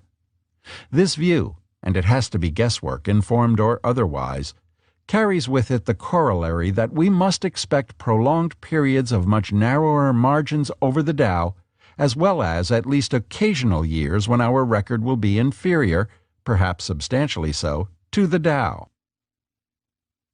January 18, 1965. During our 8-year history, a general revaluation of securities has produced average annual rates of overall gain from the whole common stock field, which I believe unattainable in future decades. Over a span of 20 or 30 years, I would expect something more like 6% to 7% overall annual gain from the Dow, instead of the 11.1% during our brief history. January 18, 1965. We do not consider it possible, on an extended basis, to maintain the 16.6 percentage point advantage over the Dow of the partnership, or the 11.2 percentage point edge enjoyed by the limited partners. We have had 8 consecutive years in which our pool of money has outperformed the Dow, although the profit allocation arrangement left the limited partners short of Dow results in one of those years. We are certain to have years, note the plural, when the partnership results fall short of the Dow, despite considerable gnashing of teeth by the general partner. I hope not too much by the limited partners. When that happens, our average margin of superiority will drop sharply. I might say that I also think we will continue to have some years of very decent margins in our favor. However, to date we have benefited by the fact that we have not had a really mediocre or worse year included in our average, and this obviously cannot be expected to be a permanent experience. November 1st, 1965. As I write this, we are orbiting in quite satisfactory fashion. Our margin over the Dow is well above average, and even those Neanderthal partners who utilize such crude yardsticks as net profit would find performance satisfactory. This is all, of course, subject to substantial change by year end. January 20th, 1966. We achieved our widest margin over the Dow in the history of BPL with an overall gain of 47.2%, compared to an overall gain, including dividends which would have been received through ownership of the Dow, of 14.2% for the Dow. Naturally, no writer likes to be publicly humiliated by such a mistake. It is unlikely to be repeated. January 20th, 1966. After last year, the question naturally arises, what do we do for an encore? A disadvantage of this business is that it does not possess momentum to any significant degree. If General Motors accounts for 54% of domestic new car registrations in 1965, it is a pretty safe bet that they are going to come fairly close to that figure in 1966 due to owner loyalties, dealer capabilities, productive capacity, consumer image, etc. Not so for BPL. We start from scratch each year with everything valued at market when the gun goes off. Partners in 1966, new or old, benefit to only a very limited extent from the efforts of 1964 and 1965. The success of past methods and ideas does not transfer forward to future ones. I continue to hope on a longer-range basis for the sort of achievement outlined in the Our Goal section of last year's letter, copies still available. However, those who believe 1965 results can be achieved with any frequency are probably attending weekly meetings of the Halley's Comet Observers Club. We are going to have lost years, and are going to have years inferior to the Dow, no doubt about it. But I continue to believe we can achieve average performance superior to the Dow in the future. If my expectation regarding this should change, you will hear immediately. January 20th, 1966. Overall, we had more than our share of good breaks in 1965. We did not have a great quantity of ideas, but the quality was very good, and circumstances developed which accelerated the timetable in several. I do not have a great flood of good ideas as I go into 1966, although again I believe I have at least several potentially good ideas of substantial size. Much depends on whether market conditions are favorable for obtaining a larger position. All in all, however, you should recognize that more came out of the pipeline in 1965 than went in. January 25th, 1967. The first decade. The partnership had its 10th anniversary during 1966. The celebration was appropriate. An all-time record, both past and future, was established for our performance margin relative to the Dow. Our advantage was 36 points, which resulted from a plus 20.4% for the partnership and a minus 15.6% for the Dow. This pleasant but non-repeatable experience was partially due to a lackluster performance by the Dow. Virtually all investment managers outperformed it during the year. The Dow is weighted by the dollar price of the 30 stocks involved. Several of the highest-priced components, which thereby carry disproportionate weight, DuPont, General Motors, were particularly poor performers in 1966. This, coupled with the general aversion to conventional blue chips, caused the Dow to suffer relative to general investment experience, particularly during the last quarter. January 25, 1967. Trends in our business. A keen mind working diligently at interpreting the figures on page 1 could come to a lot of wrong conclusions. The results of the first 10 years have absolutely no chance of being duplicated or even remotely approximated during the next decade. They may well be achieved by some hungry 25-year-old working with $105,100 initial partnership capital and operating during a 10-year business and market environment which is frequently conducive to successful implementation of his investment philosophy. They will not be achieved by a better-fed 36-year-old working with our $54,065,345 current partnership capital, who presently finds perhaps 1/5 to 1/10 as many really good ideas as previously to implement his investment philosophy.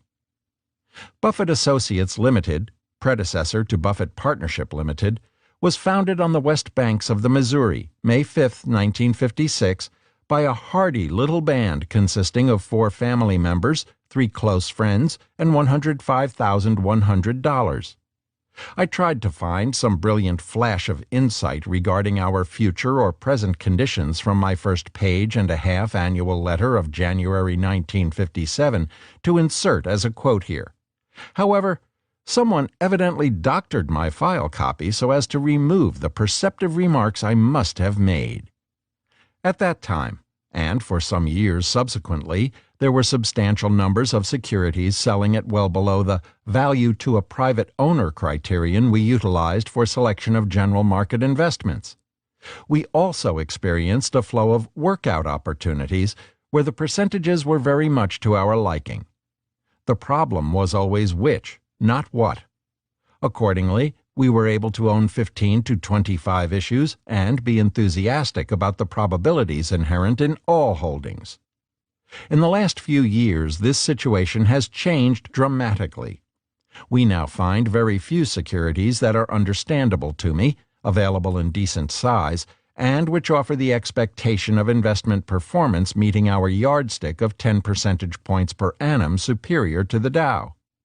In the last 3 years, we have come up with only 2 or 3 new ideas a year that have had such an expectancy of superior performance. Fortunately, in some cases, we have made the most of them. However, in earlier years, a lesser effort produced literally dozens of comparable opportunities. It is difficult to be objective about the causes for such diminution of one's own productivity. 3 factors that seem apparent are: 1. A somewhat changed market environment, 2. Our increased size, and 3. Substantially more competition. It is obvious that a business based upon only a trickle of fine ideas has poorer prospects than one based upon a steady flow of such ideas. To date, the trickle has provided as much financial nourishment as the flow. This is true because there is only so much one can digest. $1,000,000 ideas are of no great benefit to $1,000 bank accounts. This was impressed on me in my early days. And because a limited number of ideas causes one to utilize those available more intensively. The latter factor has definitely been operative with us in recent years. However, a trickle has considerably more chance of drying up completely than a flow. These conditions will not cause me to attempt investment decisions outside my sphere of understanding. I don't go for the "if you can't lick 'em, join 'em" philosophy. My own leaning is toward "if you can't join 'em, lick 'em." We will not go into businesses where technology, which is way over my head, is crucial to the investment decision. I know about as much about semiconductors or integrated circuits as I do of the mating habits of the schroncht. That's a Polish Maybug, students. If you have trouble pronouncing it, rhyme it with throncht. Furthermore, we will not follow the frequently prevalent approach of investing in securities where an attempt to anticipate market action overrides business valuations. Such so-called fashion investing has frequently produced very substantial and quick profits in recent years, and currently as I write this in January. It represents an investment technique whose soundness I can neither affirm nor deny. It does not completely satisfy my intellect, or perhaps my prejudices, and most definitely does not fit my temperament. I will not invest my own money based upon such an approach, hence, I will most certainly not do so with your money. Finally, we will not seek out activity in investment operations, even if offering splendid profit expectations, where major human problems appear to have a substantial chance of developing. What I do promise you as partners is that I will work hard to maintain the trickle of ideas and try to get the most out of it that is possible. But if it should dry up completely, you will be informed honestly and promptly so that we may all take alternative action. January 25, 1967. We all continue to maintain more than an academic interest in the partnership. The employees and I, our spouses and children, have a total of over $10 million invested at January 1, 1967. In the case of my family, our Buffett Partnership Limited investment represents well over 90% of our net worth. July 12, 1967. First half performance.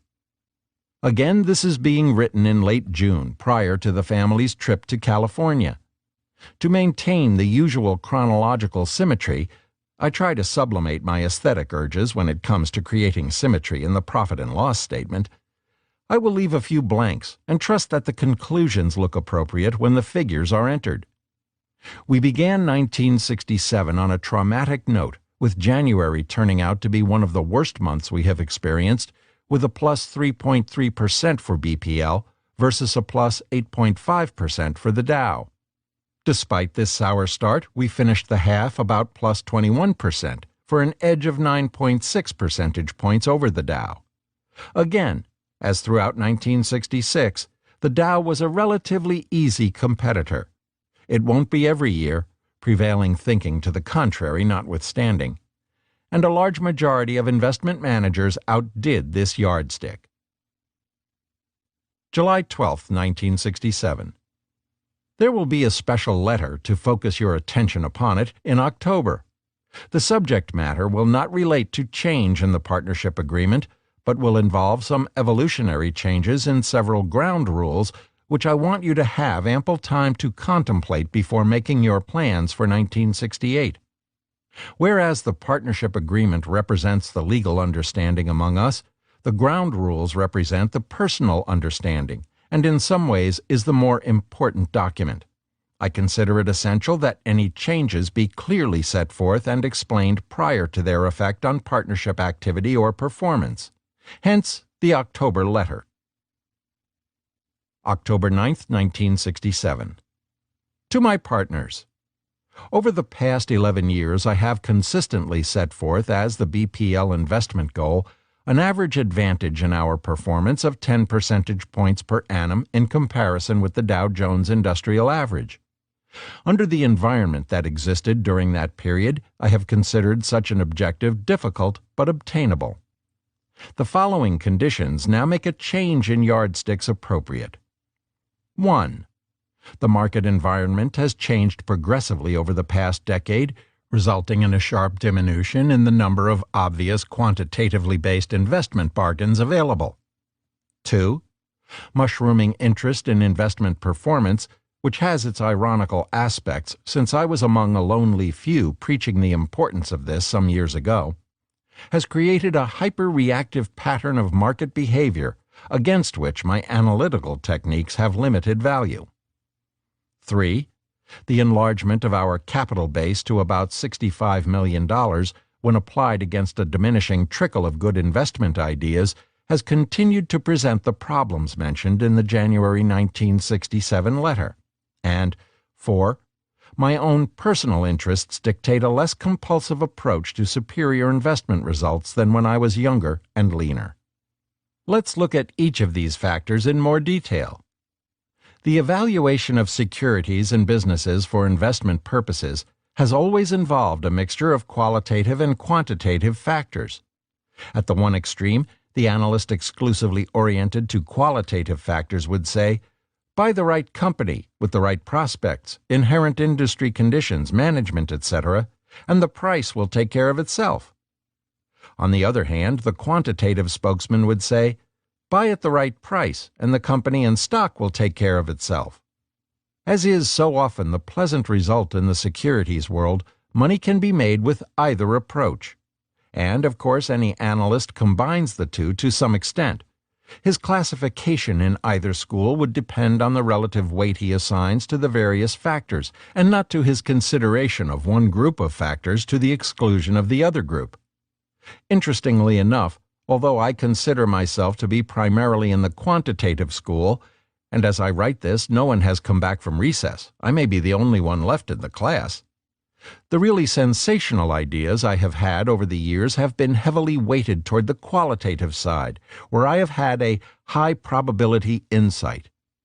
This is what causes the cash register to really sing. However, it is an infrequent occurrence, as insights usually are, and of course no insight is required on the quantitative side. The figures should hit you over the head with a baseball bat. So the really big money tends to be made by investors who are right on qualitative decisions, but, at least in my opinion, the more sure money tends to be made on the obvious quantitative decisions. Such statistical bargains have tended to disappear over the years. This may be due to the constant combing and recombing of investments that has occurred during the past 20 years, without an economic convulsion such as that of the 30s to create a negative bias toward equities and spawn hundreds of new bargain securities. It may be due to the new growing social acceptance and therefore usage, or maybe it's vice versa, I'll let the behaviorists figure it out, of takeover bids, which have a natural tendency to focus on bargain issues. It may be due to the exploding ranks of security analysts bringing forth an intensified scrutiny of issues far beyond what existed some years ago. Whatever the cause, the result has been the virtual disappearance of the bargain issue as determined quantitatively, and thereby of our bread and butter. There still may be a few from time to time. There will also be the occasional security where I am really competent to make an important qualitative judgment. This will offer our best chance for large profits. Such instances will, however, be rare. Much of our good performance during the past 3 years has been due to a single idea of this sort. The next point of difficulty is the intensified interest in investment performance. For years I have preached the importance of measurement. Consistently, I have told partners that unless our performance was better than average, the money should go elsewhere. In recent years, this idea has gained momentum throughout the investment, or more importantly the investing, community. In the last year or two, it has started to look a bit like a tidal wave. I think we are witnessing the distortion of a sound idea.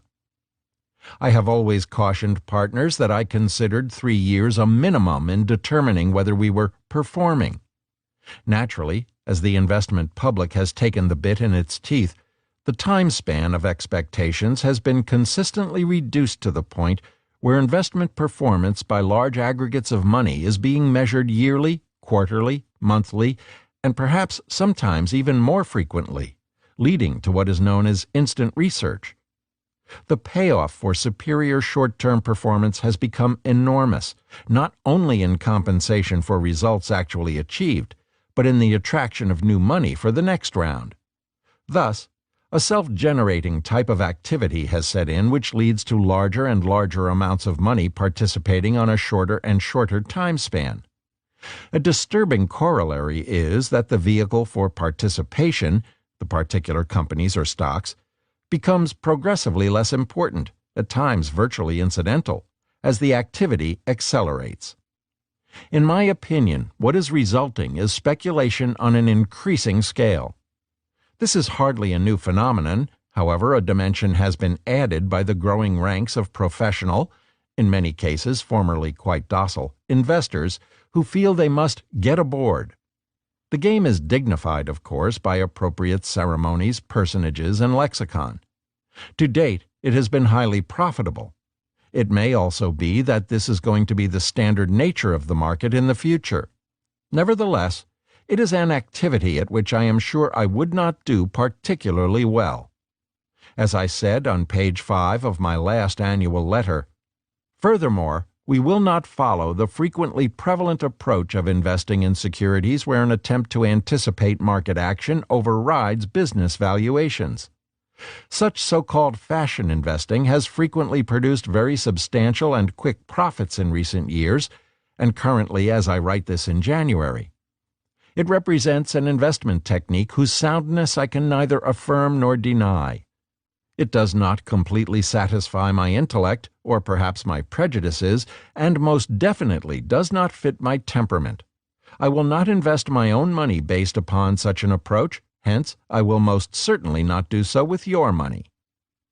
Any form of hyperactivity with large amounts of money in securities markets can create problems for all participants.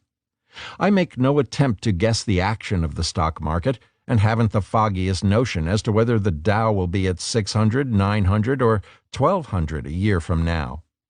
Even if there are serious consequences resulting from present and future speculative activity, experience suggests estimates of timing are meaningless. However, I do believe certain conditions that now exist are likely to make activity in markets more difficult for us for the intermediate future. The above may simply be old fogeyism. After all, I am 37. When the game is no longer being played your way, it is only human to say the new approach is all wrong, bound to lead to trouble, etc. I have been scornful of such behavior by others in the past. I have also seen the penalties incurred by those who evaluate conditions as they were, not as they are. Essentially, I am out of step with present conditions. On one point, however, I am clear. I will not abandon a previous approach whose logic I understand, although I find it difficult to apply, even though it may mean foregoing large and apparently easy profits to embrace an approach which I don't fully understand, have not practiced successfully, and which possibly could lead to substantial permanent loss of capital. The third point of difficulty involves our much greater base of capital. For years, my investment ideas were anywhere from 110% to 1,000% of our capital. It was difficult for me to conceive that a different condition could ever exist. I promised to tell partners when it did, and in my January 1967 letter had to make good on that promise. Largely because of the two conditions previously mentioned, our greater capital is now something of a drag on performance. I believe it is the least significant factor of the forementioned, and that if we were operating with 1/10 of our present capital, our performance would be little better. However, increased funds are presently a moderately negative factor. The final and most important consideration